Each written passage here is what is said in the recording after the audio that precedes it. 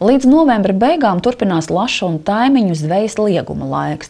Tā ir cīņa par lašveidīgo dabiska nārsta iespējām Latvijā. Diemžēl arī nelegālo zvejnieku izdomai nav robežu, tāpēc sabiedriskajiem inspektoriem noder visa veida palīdzība. Pagājušajā naktī Vārvis novadā sadarbībā ar valsts robežapsardzes dienestu tika veikta Ventas upes pārbaude un ap pusnakti tika izņemti 2 tīkli. Tas ir daudz mazāk kā iepriekšējā reidā, tāpēc jūras un iekšējā ūdeņu pārvaldes darbinieki savu reidu praksi turpinās līdz lieguma laika beigām. Pierakst lūdzu 23:30, 22:30, tā koordinātais 57 grādi, 18,6 nordā. Atņemt tīklu malu zvejniekiem – tas ir veids, kā nosargāt lašus nārsta laikā. Sabiedriskie inspektori Talsu, Tukuma un Ventspils pusē ir vien 2. Tomēr pieredze rāda, ka regulāri veicot reidus, malu zvejniekiem rodas materiāls problēmas. Tīkli tiek regulāri izņemti un pārkāpumi mazinās. To dara pārbaudot upes gultni ar tā saucamo kaķi – smagu priekšmetu, ko virza pa upi.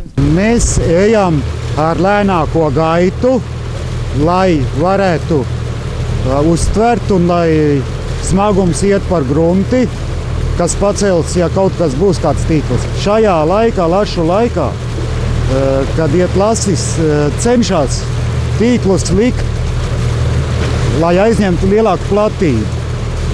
Un tas ir, šeit varētu būt virs 100 metru tīkli. Izskatās, ka pāri visai Ventai pārvilkts. Iekšējā ūdeņu pārvalde meklē sadarbības partnerus šāda veida reidiem. Tie ir gan valsts policijas, gan robežapsardzes dienesti. Reizēm par malu zvejniecību ziņo arī godprātīgi makšķernieki. Parasti tā arī saliek krustam, šķērsam un viss vienā vietā, jo tie parasti viens cilvēks arī liek un var redzēt, ka patās tūmā ir mājas un nebūtu nekāds brīnums, ja tie arī tie cilvēki, kas te patās dzīvo. Gaidām, viens cilvēks gaida un tad jūt, teiksim, ja kaut kas pieķerās, tad stājamies un valkam ārā tīklus. Nelegālos tīklus mēs iznīcinām, sastādām aktu. Labi!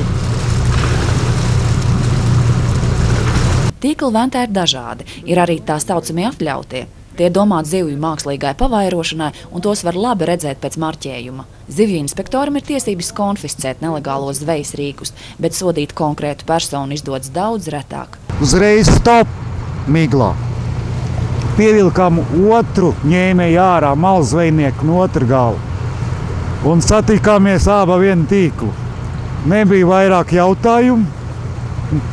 Noķēruši ir tīklu, ir malu zvejnieku. Malu zvejnieki reizēm sastopam pat blakus savam nemarķētam tīklam. Tad tie stāsta, ka izbraukuši vērot dabu.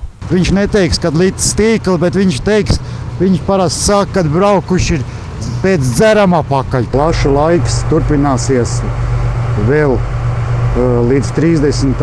novembrim noteikti, pēc tam tad vēl var laši nākt, galvenokārt taimiņi vēl var būt. Zivju nārstam var palīdzēt arī ar elastīgiem lieguma datumiem, atsevišķos gadījumos tos pagarinot. Šādu rīkojumu dod jūras vides pārvalde sadarbībā ar valsts zivsaimniecības pārvaldi. Ventā konkrēti šomēnes ir viens malu zvejniecības gadījums, kad ir noķerts un pieņemts lēmums. Pagājušo mēnesi 2 gadījumu un 2 malu zvejniecības gadījumu tepatās Ventā. Pēc oficiālā lieguma beigām lašveidīgajiem par savu nākotni jārūpējas pašiem. Diemžēl sociāli-ekonomiskās grūtības valstī rada papildus interesi par aizliegto zivju ieguvi. Izjaucot zivju dabiskās nārstošanas iespējas, arvien vairāk pūļu jāiegulda mākslīgā zivju audzēšanā, lai Latvijas lašveidīgās zivis nekļūtu par aizmirstu retumu. Es dzirdēju, kad sagriežas viņi, tad nenārstojot. Viņš ir sagriezies.